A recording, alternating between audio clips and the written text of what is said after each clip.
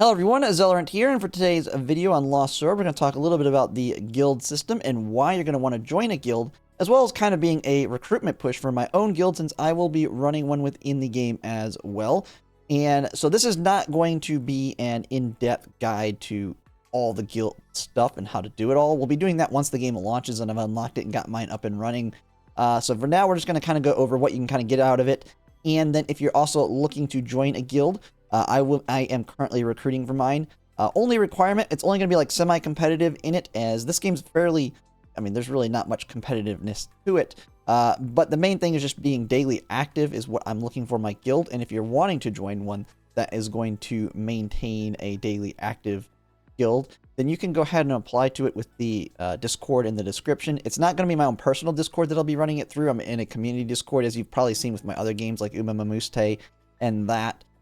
Where I'm doing it through this community because I have a really good system set up to help maintain the guild and keeping track of who's active and not, and also for recruitment. So I will show how to do that here at the end of the video, but I will have the Discord link in the description for joining the guild. But first, let's go ahead now and look at the guild system itself and why you definitely want to join one, especially one that is active. Now, we're going to just use Predwin and how they kind of explain it here, since I don't have it unlocked in the Korean version, and since Global's launching tomorrow, I don't want to mess with getting all the way to that point here. But we will showcase this in-game here on a follow-up video once it launches.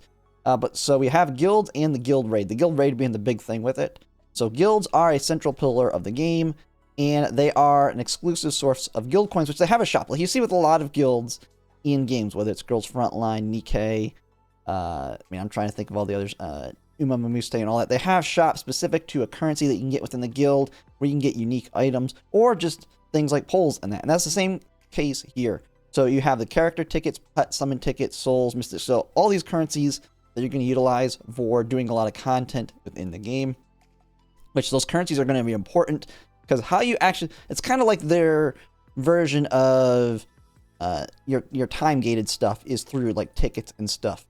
Versus what you normally see with like an energy system. So just know you're going to get a lot of that stuff in there. And then it offers significant advantages. You are capped at 50 members, which is a little bit higher than you see with a lot of their games.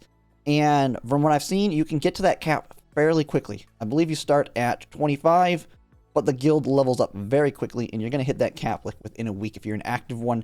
So if you are able to join mine, we will work on getting you in as soon as possible, since we'll basically get everybody in and start leveling it immediately, as quickly as possible, and then we'll eventually get everybody in within a week. We may form like a temporary one to house members to earn the currency while the main one's leveling up, and then move people into it as it gets to the max cap level. But there's other big things and big reason you're going to want to be in it, because one of the big things with Lost Sword is it's a lot about stat sticking on a lot of your characters, whether it's your pets, your cards, your characters, the dupes, and all that. Same thing comes from the guild. It's going to be permanent stat boosts, increased experience gain, HP, attack, defense. And then at level 15, you get an additional 1% crit rate boost. So crit, trying to get as close as you can to 100% crit, as you know in a lot of games, is always very good. So anywhere you can get more crit is great. You get that.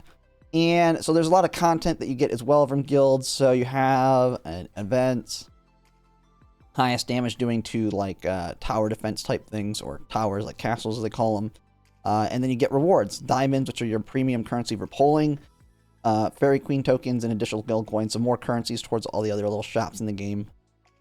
And it does daily participation. One of them is just a check-in and donations. Very easy to do. Like I said, it's very easy to remain active in this game. So when I say semi-competitive in that nature, it just means getting on doing the basic guild daily stuff, which is like check-ins and donations. Very easy to maintain that status in this game. This is a very relaxed game in the sense of time that's going to take up. One reason I really like the game is for that aspect being an idle. Because as you already know, I'm covering a ton of gacha games, and so I need some of these more simple ones that I can play on the side like this that are just going to be fun. But when I'm heavy into a game like Umamamuste, where I'm doing tons of runs in a day, or eventually when Arknights Enfield Net comes out, and those take up a lot more time, it'll be nice to have these gachas on the side, where I can just jump in, do my quick dailies and stuff, and be done. So we have that. Lots of rewards there. And then Avalon. Avalon stands as the game's premier guild event where guilds compete to achieve the highest score within their castles. So this is kind of the competitive nature of it. Nothing too crazy on this. I wouldn't worry too much about it, which is why I'm saying semi-competitive, which is just be active. And then each member receives 6 attempts. Castles feature 3 distinct phases. So you're just doing damage to this. And it's got the same kind of thing that you have like Girls Frontline, where healers are unnecessary. Where in Girls Frontline, it's kind of to a certain extent in the Gunsmoke, but I mean, not nearly. I mean, now that we have Springfield, though, I mean, she's a healer in her own right, but she's crazy good in other ways. But it's similar. It's going to be having like your DPS checks and that kind of stuff, and that'll change up depending on it. And then you get rewards for all your attempts. First 2 attempts give you 100 diamonds each, which is your pole currency. And depending on, I mean, it's not a specific, like, you can use it for both pets and characters, and they have a different cost associated with them. So this, I believe, is the equivalent of either 1 pole or half a pole, depending on if you're pulling for a pet or a character. So I think it's 2,000 for a 10 pole for a character and 1,000 for the pet. And then the third attempt on a castle increases to 150 diamonds. And then, crucially, guild rewards are based solely on the highest scoring castle. Therefore, strategically focusing efforts on just 1 or 2 castles is highly recommended for maximum efficiency. So, whichever one you do the best on of all the options you have is the one that you're ultimately being scored on. And so we will coordinate that within the guild itself on which one we want to go for to get the maximum amount of rewards. So we'll kind of figure all that out, and I'll kind of go over all that once we get in game and how to and what you will need to do. And we'll be utilizing the community chat to also talk about that as well. And then at the end of it, you get substantial rewards, which includes guild coins, fairy tokens, diamonds. So I already mentioned all this. More attempts at equipment and substats, reroll tickets. Although I don't know how valuable the reroll on substats are from what I've seen on it. This is not as, there's like no locking of your substats. So re-rolling them is just like regrinding the piece. Hopefully they'll increase the value of that in the future. I plan to just hoard those tickets in case they give us a quality of life that makes them more valuable, like locking substats. We'll just have to kind of see. And then that's all determined by the guild's final ranking. And we'll kind of figure all that in the game, but I'm not too, this is not going to be like a competitive, have to have the top score. Daily active is going to be good enough. I mean, we already see that with like Girls Frontline too. I don't have any crazy requirements other than daily active. And even with that, we're still getting in like the top 50 of all guilds, which maximizes rewards. You're going to have the same situation here. So overall, pretty good. You're definitely going to want to be, I mean, the biggest thing is just outright the permanent stat boost. I mean, that's idle games in a nutshell. You get stats from all kinds of places, and you just want to get them all going into your character to maximize their value. Now, like I said at the beginning, I will be running a guild in the game when it launches. So let me go ahead and let me pull up the Discord here. All right, I have the Discord up here. And so basically I'll have a link into the description here to join it. And when you'll get in, you're not going to see as many channels as I have here. You're just going to kind of get greeted with your standard one you see with a lot of Discords where you have to answer some questions. The big things when it comes to channels and roles, you're going to want to put that you are here for Lost Sword. If you actually like any of the other games they have on the list too, which they have a ton of games they cover and have guilds for, you can join those channels as well. Plenty of people to chat with in all those games. I'm in a ton of them here.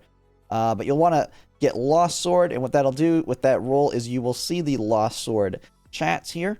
And so all you have to do is just come down to the Lost Sword chat. Now, you won't see near as much as me, as I see a lot of the stuff for recruiting people within the guild system here.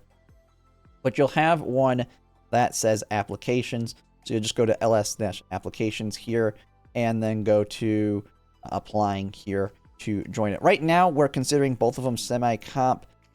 The other guild that's being run here, we have 2 of them right now that are being created. They're debating on whether they want to make that one competitive or not. And so we'll kind of have to see. Right now, mine is the semi-competitive one of the 2, just daily active, doing all the daily stuff. And so to join, all you have to do is click this. It'll pop up a bot that'll ask you some questions. You just answer those, and then we'll get you in after that. And you'll just see me. I'll give you like an announcement on a sheet you need to fill out, because we keep track of everybody here so we can know who's actually in the Discord and all their in-game information, so we can keep track of that for activity and all those things. And then I'll also get you in the guild chat here as well, which we'll do a lot of our communications on that as well. But yeah, that's pretty much it for the guild system in my guild here. Really excited to play this game tomorrow. I mean, I just hit 4,000 subscribers, so it's basically going to be a 4,000 subscriber stream special, since it's going to be launching very, very early. And so it may be I may end up breaking a record of longest stream, which I'm pretty sure Uma Mamuste did on its launch. But since this one's so early in the morning versus being late at night, I can pretty much just play all day. Now, being an idle game, after we get done with re-rolling, that might not be, like, we'll be able to play all day, but there might be a point where it's like, now it's just kind of a waiting game, and then we'll probably try out other games as well through the day. But we'll see what happens. But that's pretty much it. If you like my content, if you can like, comment, subscribe, it really helps, and thanks for watching.